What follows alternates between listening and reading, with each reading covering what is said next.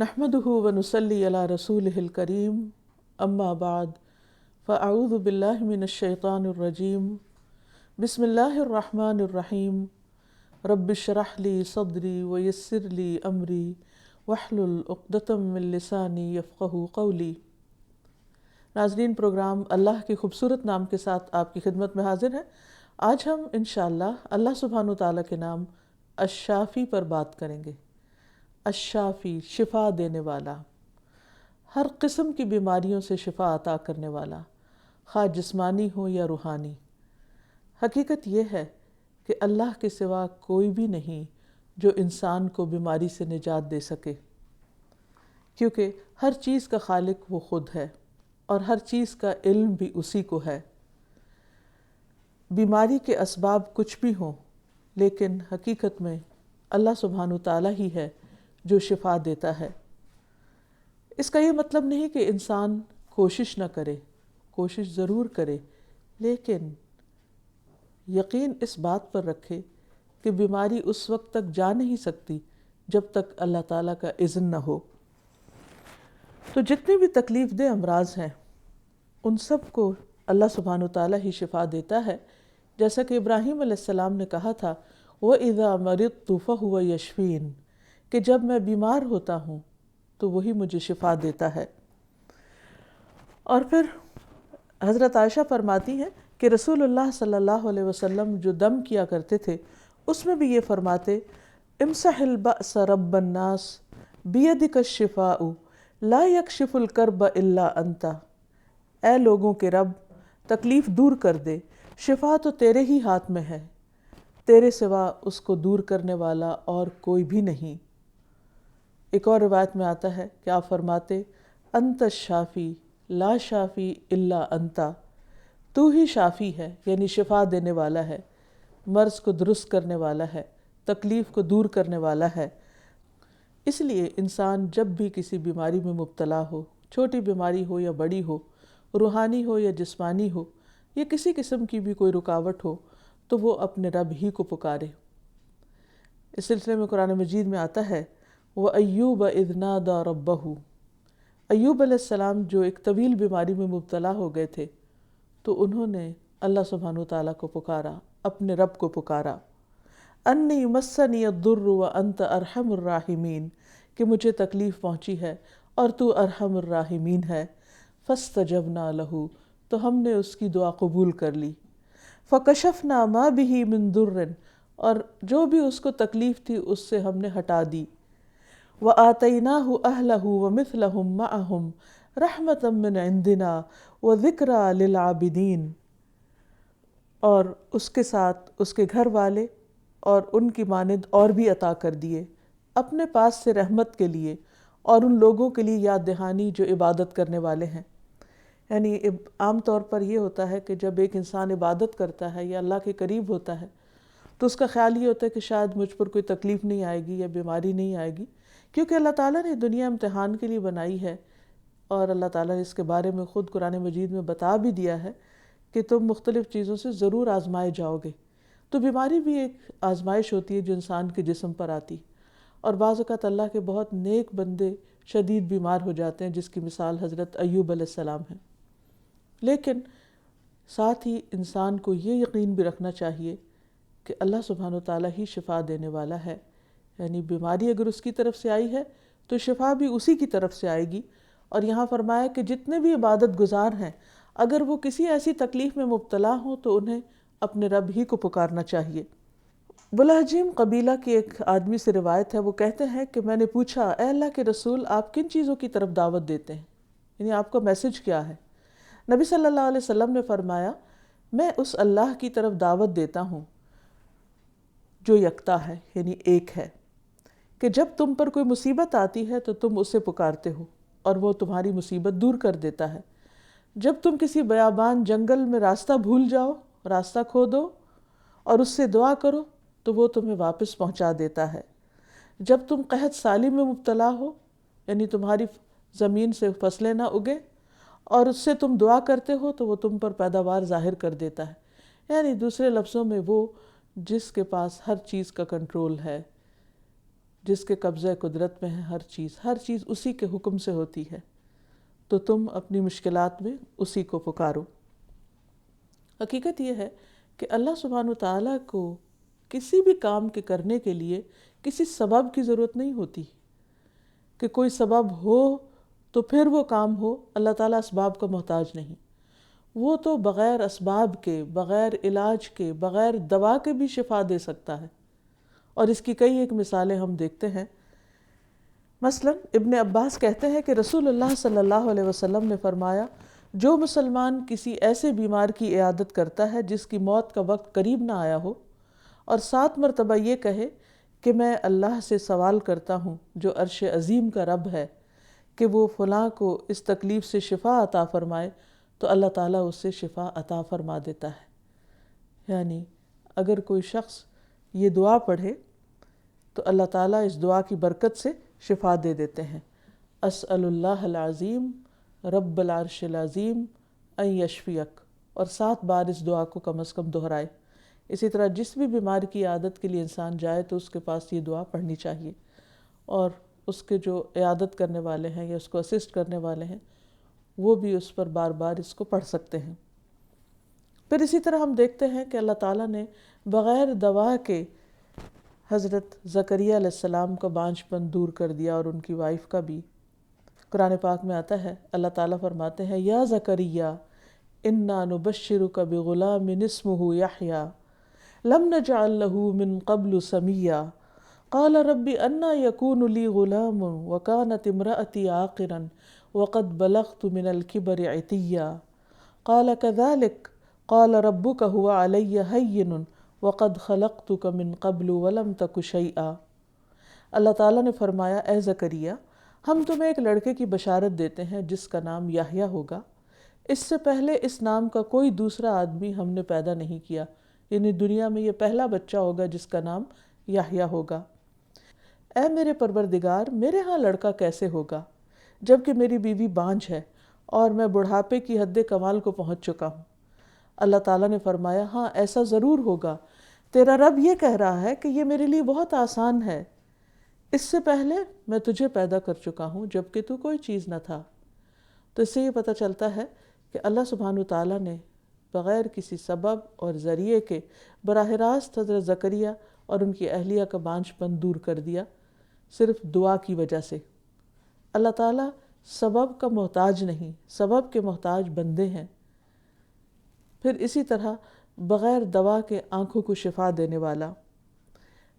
یعقوب علیہ السلام کی بینائی جب جاتی رہی یوسف علیہ السلام کے غم میں رو رو کر، تو اس پر اللہ سبحانہ وتعالیٰ نے ان کی بینائی لوٹانے کا ایک سبب پیدا کیا، اور یوسف علیہ السلام کا قمیص جب ان کو ملا اور ان کی آنکھوں پہ ڈالا گیا تو بالکل وہ درست ہو گئے۔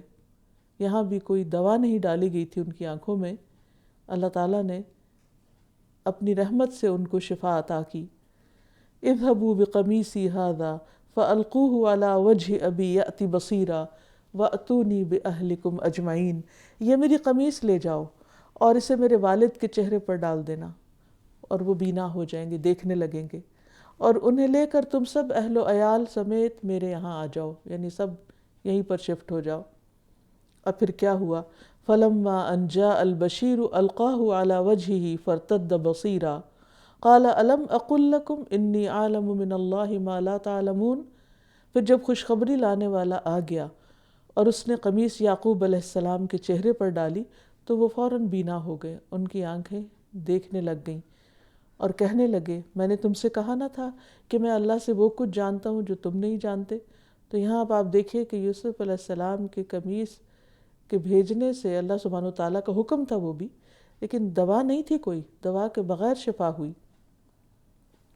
اسی طرح ہم دیکھتے ہیں کہ نبی صلی اللہ علیہ وسلم نے خیبر کے دن فرمایا کہ کل میں جھنڈا ایسے شخص کو دوں گا جس کے ہاتھ پر فتح ہوگی، اور وہ اللہ اور اس کے رسول سے محبت رکھتا ہے، اور جس سے اللہ اور اس کا رسول بھی محبت کرتے ہیں۔ رات بھر سب صحابہ کے ذہن میں یہی خیال رہا کہ دیکھے جھنڈا کس کو ملتا ہے۔ جب صبح ہوئی تو ہر شخص امیدوار تھا، لیکن آپ صلی اللہ علیہ وسلم نے دریافت فرمایا کہ علی کہاں ہیں؟ عرض کیا گیا کہ ان کی آنکھوں میں درد ہو گیا ہے۔ آپ صلی اللہ علیہ وسلم نے اپنا مبارک لعاب دہن ان کی آنکھوں میں لگا دیا اور ان کے لیے دعا کی، اور اس سے انہیں صحت ہو گئی، کسی بھی قسم کی کوئی تکلیف باقی نہ رہی۔ تو یہاں بھی ہم دیکھتے ہیں کہ صرف دعا سے اور لعاب دہن لگانے سے شفا مل گئی۔ تو حقیقت میں بات یہ ہے کہ شفا اللہ کے ہاتھ میں ہے، اور وہ بغیر دوا کے بھی شفا عطا کر سکتا ہے۔ اس لیے اگر کسی شخص کو بیماری سے شفا ہو کسی خاص دوا کے مثلاً کھانے سے، تو بھی اس کے ذہن میں ہمیشہ یہ ہونا چاہیے کہ شفا اللہ نے دی ہے، اس دوا نے نہیں دی یا ڈاکٹر نے نہیں دی۔ اس کی مثال تو ایسے ہی ہے کہ جیسے کوئی شخص اگر ایک گلاس میں پانی پیے اور وہ کہے کہ مجھے گلاس نے پانی پلایا، تو گلاس نے تو پانی نہیں پلایا، گلاس تو ایک ذریعہ ہے، ایک سبب ہے، پانی پلانے والا تو کوئی اور تھا۔ تو اسی طرح زندگی میں انسان کو جو بھی نعمتیں ملتی ہیں وہ کسی سبب سے ملتی ہیں، لیکن اس سبب کا پیدا کرنے والا بھی اللہ ہی ہوتا ہے۔ اس لیے ہمیشہ شفا ملنے پر اللہ کی تعریف کرنی چاہیے اور اللہ کا نام بلند کرنا چاہیے، اور باقی سب اسباب کے ملنے پر اللہ تعالیٰ کا شکر ادا کرنا چاہیے۔ پھر اسی طرح بغیر دوا کے ایک موقع پر زہر کا اثر ختم ہو گیا۔ ابو سعید کہتے ہیں کہ نبی صلی اللہ علیہ وسلم کے چند صحابہ عرب کے ایک قبیلے کے پاس سے گزرے، قبیلے والوں نے ان کی ضیافت نہیں کی۔ کچھ دیر بعد اس قبیلے کے سردار کو بچھو نے کاٹ لیا۔ اب قبیلے والوں نے ان صحابہ سے کہا کہ کیا آپ کے پاس کوئی دوا یا کوئی علاج، کوئی دم وغیرہ ہے؟ صحابہ نے کہا کہ تم لوگوں نے ہمیں مہمان نہیں بنایا، اب ہم اس وقت تک دم نہیں کریں گے جب تک تم ہمارے لیے اس کی مزدوری نہ مقرر کرو۔ چنانچہ ان لوگوں نے چند بکریاں دینی منظور کر لیں۔ تو پھر ابو سعید خدری رضی اللہ تعالیٰ عنہ نے ام القرآن یعنی سورۃ فاتحہ پڑھی، وہ پڑھنے لگ گئے اور سورۃ فاتحہ پڑھتے رہے اور اپنا لعاب بھی اس جگہ پر ڈالنے لگے جہاں بچھو نے کاٹا تھا۔ اس سے وہ شخص تندرست ہو گیا۔ چنانچہ قبیلے والے بکریاں لے کر آئے، لیکن صحابہ نے کہا کہ جب تک ہم نبی صلی اللہ علیہ وسلم سے نہ پوچھ لیں یہ بکریاں نہیں لے سکتے، کیونکہ پتہ نہیں لینا جائز بھی ہے یا نہیں۔ پھر جب آپ سے پوچھا تو آپ مسکرا دیے اور فرمایا تمہیں کیسے معلوم ہو گیا تھا کہ سورۃ فاتحہ سے دم بھی کیا جا سکتا ہے؟ ان بکریوں کو لے لو اور اس میں میرا حصہ بھی لگاؤ۔ یعنی آپ ان سے مسکرا کے یہ کہنے لگے۔ تو اس سے یہ پتہ چلتا ہے کہ قرآن مجید شفا ہے، اور قرآن مجید میں سورۃ فاتحہ کا نام بھی شفا ہے، کیونکہ اس میں انسان اللہ تعالیٰ سے دعا مانگ رہا ہوتا ہے، مدد مانگ رہا ہوتا ہے۔ ایاک نعبد و ایاک نستعین اہدنا الصراط المستقیم، کہ صرف تیری ہم عبادت کرتے ہیں، صرف تجھ سے ہم مدد چاہتے ہیں، تو ہمیں سیدھا راستہ دکھا، یعنی اس بیماری میں ہمیں کیا کرنا چاہیے، ہماری رہنمائی فرما اور تو ہماری مدد کر دے۔ اور جب اللہ کی مدد آ جائے تو انسان کے لیے ہر مشکل آسان ہو جاتی ہے۔ پھر اسی طرح بغیر دوا کے جلے ہوئے مریض کو بھی تندرست کیا گیا۔ محمد بن حاتب کی والدہ ام جمیل کہتی ہیں کہ ایک مرتبہ میں تمہیں سرزمین حبشہ سے لے کر آ رہی تھی، جب میں مدینہ منورہ سے 1 یا 2 راتوں کے فاصلے پہ رہ گئی تو میں نے تمہارے لیے کھانا پکانا شروع کیا۔ اسی دوران لکڑیاں ختم ہو گئیں تو میں لکڑیوں کی تلاش میں نکلی اور تم ہانڈی کے پاس گئے، چھوٹے بچے ہوں گے، اور وہ الٹ کر تمہارے بازو پر گر گئی۔ میں تمہیں لے کر نبی صلی اللہ علیہ وسلم کی خدمت میں حاضر ہوئی اور عرض کیا یا رسول اللہ صلی اللہ علیہ وسلم، میرے ماں باپ آپ پر قربان ہوں، یہ محمد بن حاتب ہیں۔ تو نبی صلی اللہ علیہ وسلم نے تمہارے منہ میں اپنا لعاب دہن ڈالا اور تمہارے سر پر ہاتھ پھیرا اور تمہارے لیے دعا کی، اور تمہارے ہاتھ پر اپنا لعاب دہن ڈالتے جا رہے تھے، جلے ہوئے حصے پر آپ اپنا لعاب ڈال رہے تھے اور کہتے جا رہے تھے اذهب البأس رب الناس واشف انت الشافی لا شفاء الا شفاؤک شفاء لا یغادر سقما۔ اے لوگوں کے رب، اس تکلیف کو دور کر دے اور شفا عطا فرما، کیونکہ تو ہی شفا عطا فرمانے والا ہے، تیرے علاوہ کسی کو شفا نہیں۔ ایسی شفا عطا فرما جو بیماری کا نام و نشان بھی نہ چھوڑے۔ کہتے ہیں کہ میں تمہیں نبی صلی اللہ علیہ وسلم کے پاس سے لے کر اٹھنے نہ پائی تھی کہ تمہارا ہاتھ ٹھیک ہو گیا۔ تو یہ بھی ایک میریکل تھا، جب اللہ تعالیٰ شفا دینا چاہے اس کے لیے کچھ بھی دور نہیں، کچھ بھی دیر نہیں لگتی۔ پھر اسی طرح کسی بھی قسم کی شدید تکلیف اگر انسان کو ہو رہی ہو تو اس پر بھی ہمیں دعائیں سکھائی گئی ہیں۔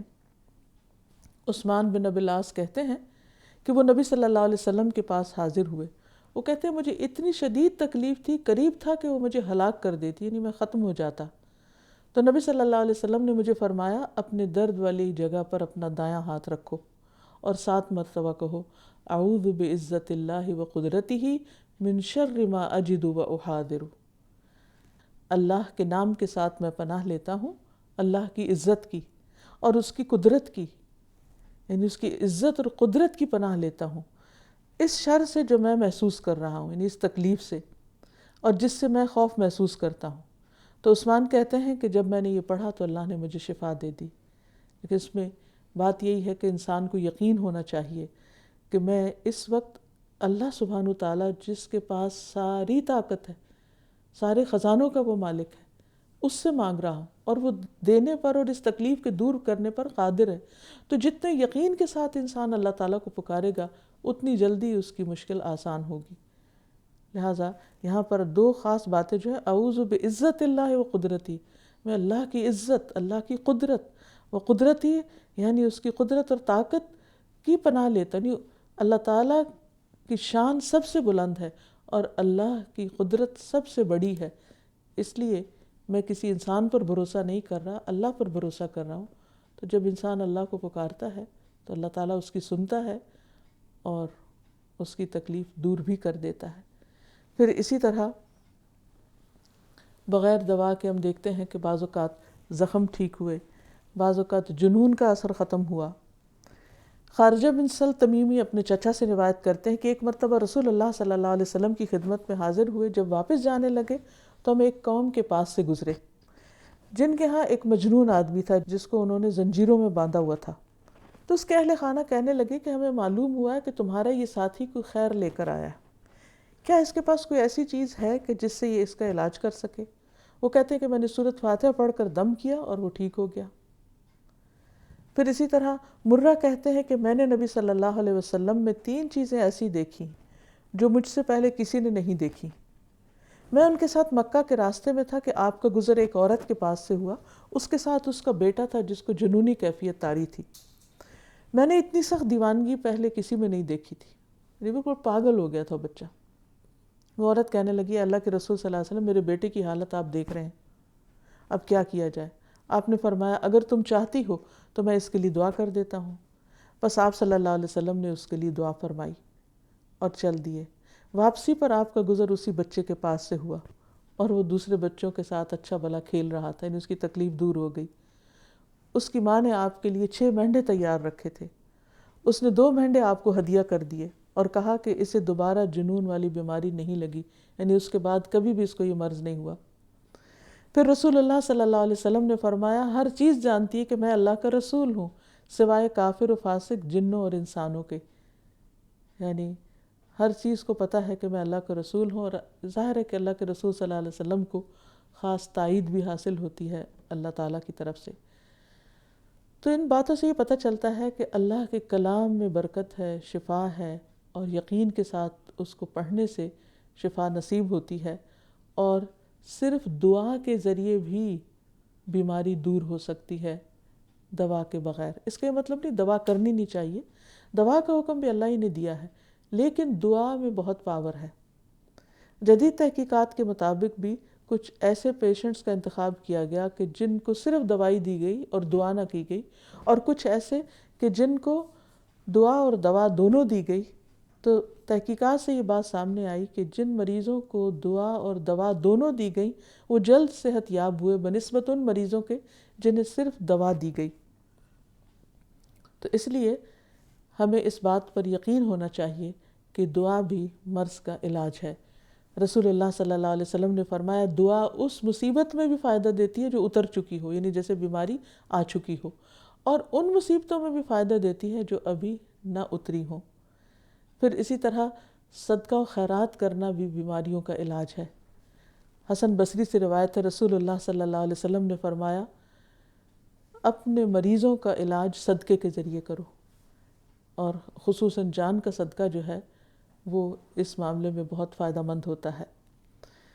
پھر اسباب کے ذریعے شفا، اس کی بھی بہت سی مثالیں ملتی ہیں، اور اس کا ہمیں حکم بھی دیا گیا ہے کہ جب کوئی بیماری ہو تو اس کو ٹھیک کرنے کا طریقہ اختیار کرو، کیونکہ اللہ تعالیٰ نے کوئی بیماری ایسی نہیں اتاری جس کے لیے شفا نہ اتاری ہو۔ اب جس کو معلوم ہے سو معلوم ہے، جسے نہیں معلوم نہیں معلوم،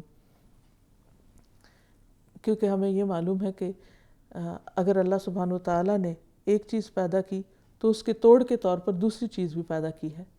اسباب کا پیدا کرنے والا بھی اللہ تعالیٰ ہے۔ حضرت انس کہتے ہیں رسول اللہ صلی اللہ علیہ وسلم نے فرمایا، بے شک اللہ عز و جل نے جب بیماری کو پیدا کیا تو اس کا علاج بھی پیدا کیا، اس لیے علاج کیا کرو، یعنی کوئی بیماری ایسی نہیں جس کا علاج نہ ہو۔ اس سے ایک بات یہ بھی پتہ چلتی کہ انسان کو کسی بھی قسم کی بیماری میں مایوس نہیں ہونا چاہیے، کوشش جاری رکھنی چاہیے۔ اسامہ بن شریک کہتے ہیں کہ میں نبی صلی اللہ علیہ وسلم کی خدمت میں پہنچا تو دیکھا کہ آپ کے صحابہ آپ کی مجلس میں ایسے بیٹھے تھے گویا ان کے سروں پہ پرندے ہوں، یعنی بالکل با ادب اور پرسکون۔ چنانچہ میں نے سلام کیا اور بیٹھ گیا۔ ادھر ادھر سے بدوی لوگ آئے، دیہاتی وغیرہ، اور انہوں نے پوچھا کہ اے اللہ کے رسول، کیا ہم علاج کر لیا کریں یعنی بیماری کا؟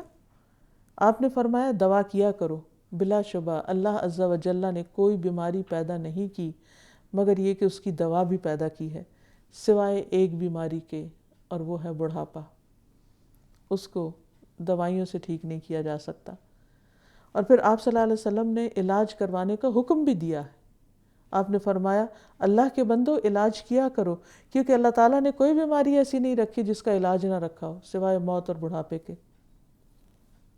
لیکن علاج تو محض ایک سبب ہے، ٹول ہے، شفا تو اللہ کے ہاتھ میں ہے، اور اللہ سبحانہ وتعالیٰ جب اس سبب کے اندر تاثیر پیدا کرتے ہیں تو وہ فائدہ دیتا ہے، اور پھر اللہ تعالیٰ کے حکم سے ہی شفا ہوتی ہے۔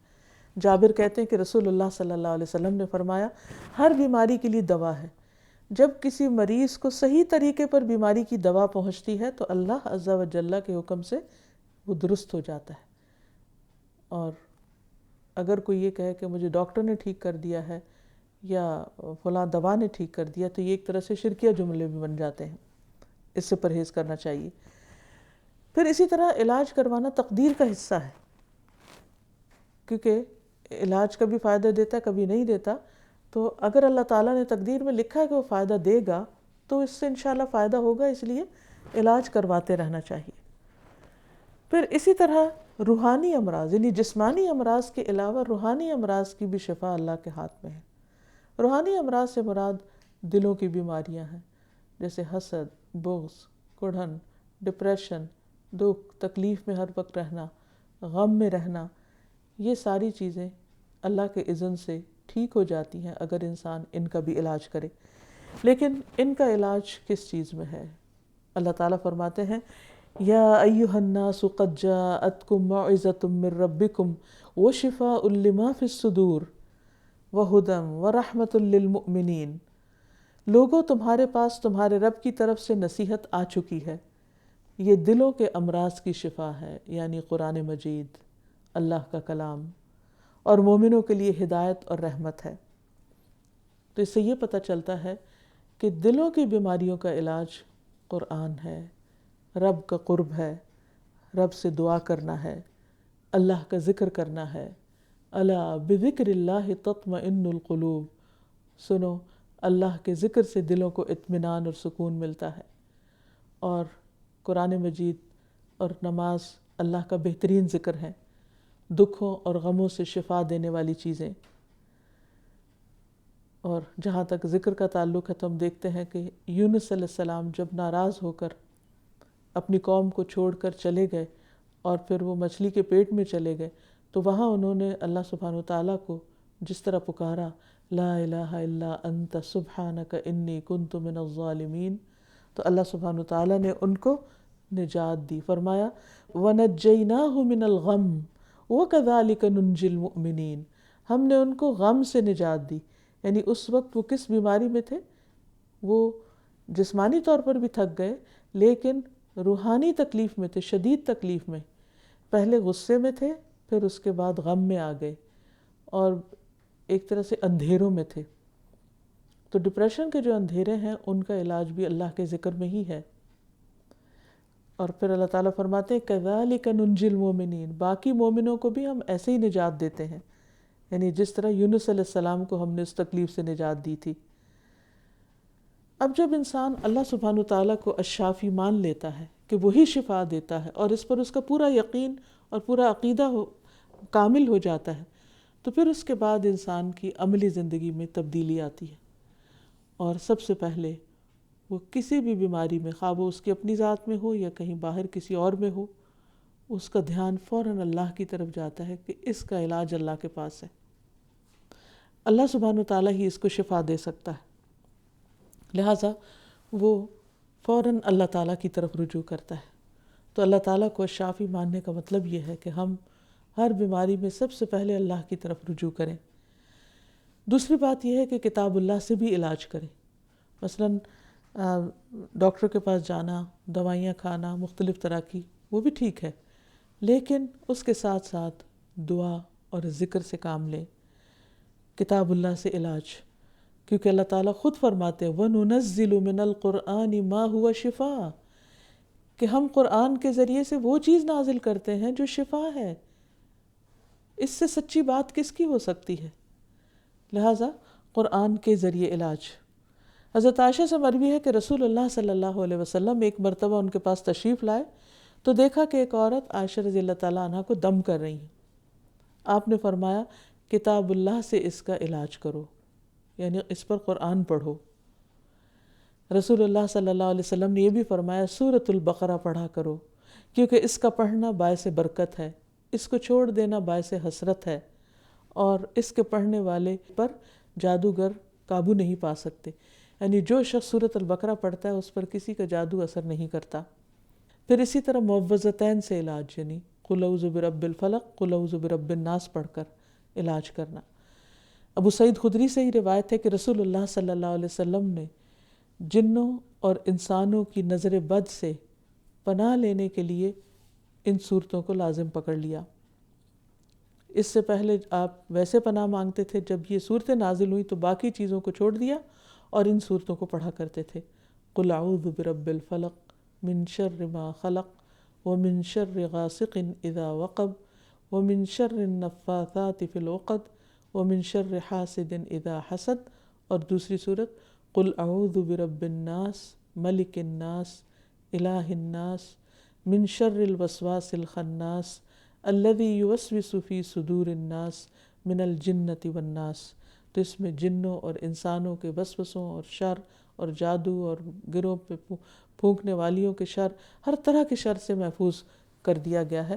اس لیے انسان کو صبح اور شام 3 دفعہ اس کو پڑھنا چاہیے، نمازوں کے بعد بھی ان کو پڑھنا چاہیے۔ پھر اسی طرح معاذ بن عبداللہ بن خبیب اپنے والد سے روایت کرتے ہیں کہ انہوں نے بیان کیا کہ ہم ایک بارش والی سخت اندھیری رات میں نکلے، جبکہ ہم رسول اللہ صلی اللہ علیہ وسلم کو ڈھونڈ رہے تھے تاکہ وہ ہمیں نماز پڑھائیں۔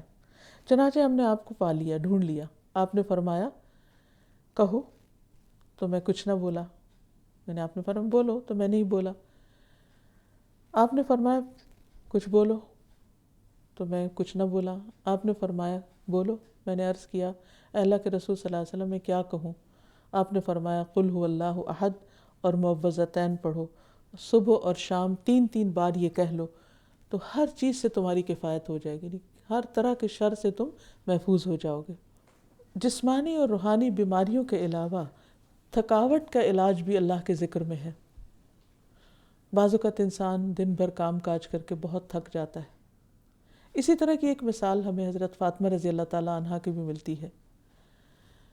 ان کو چکی پیسنے سے، بچوں کی دیکھ بھال کرنے سے اور دن بھر کام کاج کرنے سے بہت تکلیف ہو جاتی تھی، تھک جاتی تھی۔ تو ایک مرتبہ کچھ قیدی نبی صلی اللہ علیہ وسلم کے پاس آئے، تو وہ بھی ایک خادم کی درخواست لے کر آپ کی خدمت میں حاضر ہوئیں، لیکن اللہ کے رسول صلی اللہ علیہ وسلم موجود نہیں تھے۔ تو انہوں نے اس کا ذکر حضرت عائشہ سے کیا۔ جب نبی صلی اللہ علیہ وسلم تشریف لائے تو حضرت عائشہ نے آپ کے سامنے اس بات کا ذکر کیا۔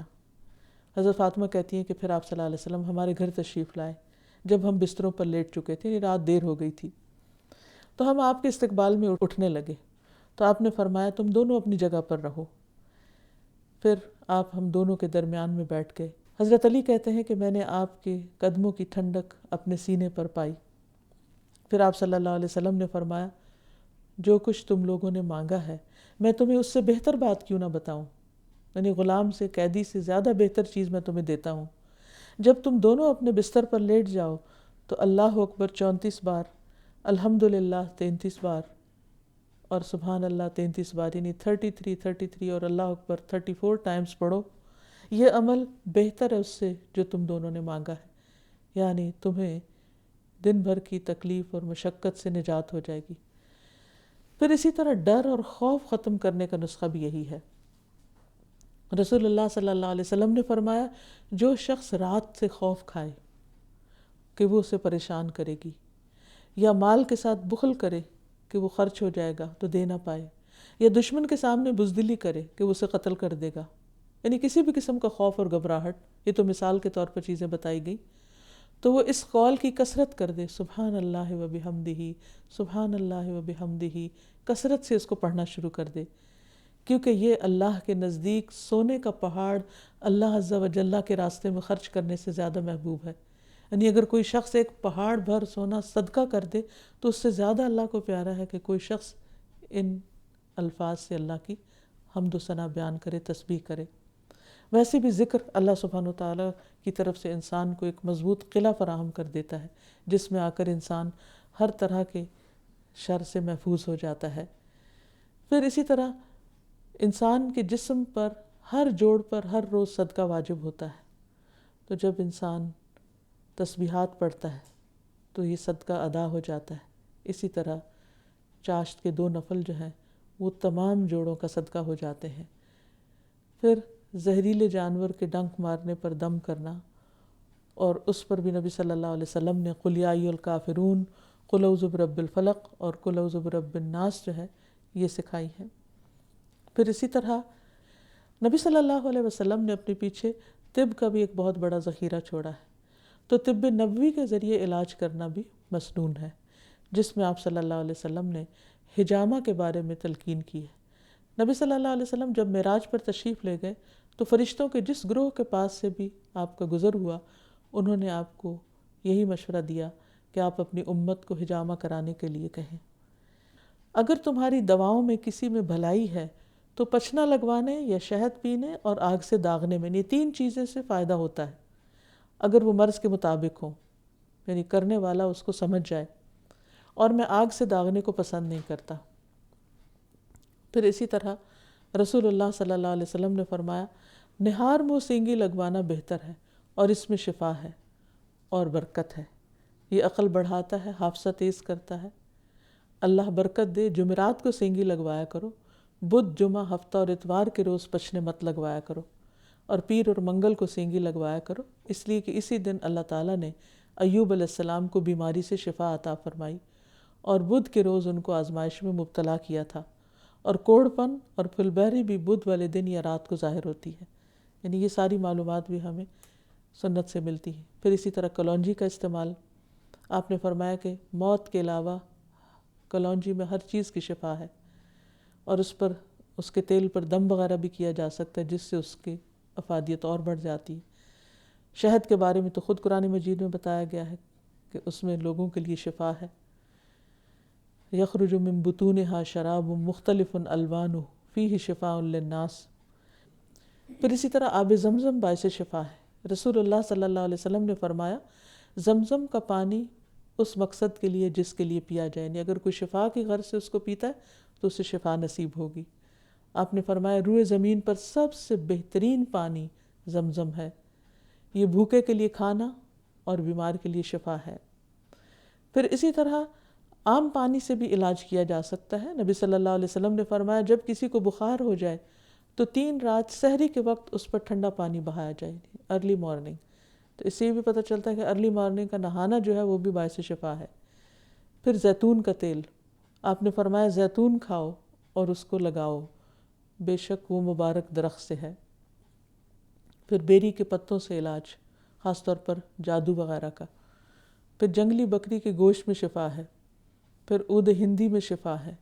پھر تلبینہ کے بارے میں آپ نے فرمایا کہ بیمار کے لیے اور میت کے سوگواروں کے لیے آپ تلبینہ پکانے کا حکم دیتے تھے، اور حضرت عائشہ بیمار اور میت کے سوگواروں کے لیے تلبینہ پکانے کا حکم دیتی تھی اور فرماتی تھی کہ میں نے نبی صلی اللہ علیہ وسلم سے سنا کہ تلبینہ مریض کے دل کو سکون پہنچاتا ہے اور غم دور کرتا ہے۔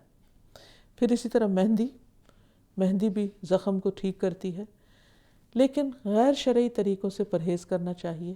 اللہ سبحانہ تعالیٰ کے علاوہ کسی اور جن یا شیطان سے مدد مانگنا اور اس قسم کا کوئی علاج کرنا وہ درست نہیں، کیونکہ شرک جو ہے وہ انسان کے سارے اعمال کو برباد کر دیتا ہے۔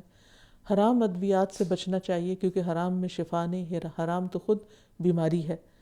پھر اسی طرح جو شخص یہ چاہتا ہے کہ اس کی پریشانی دور ہو، اسے دوسروں کی پریشانیاں دور کرنی چاہیے، لوگوں کی مدد کرنی چاہیے، صدقہ خیرات کرنا چاہیے، دعا مانگنا چاہیے، توبہ استغفار کرنا چاہیے، مخلوق پر احسان کرنا چاہیے، مصیبت زدہ اور حاجت مند کی مدد کرنی چاہیے، کیونکہ جو بندوں کی مدد کرتا ہے اللہ تعالیٰ اس کی مدد میں ہوتا ہے، جو کسی کی پریشانی دور کرتا ہے اللہ تعالیٰ اس کی پریشانیاں دور کرتا ہے۔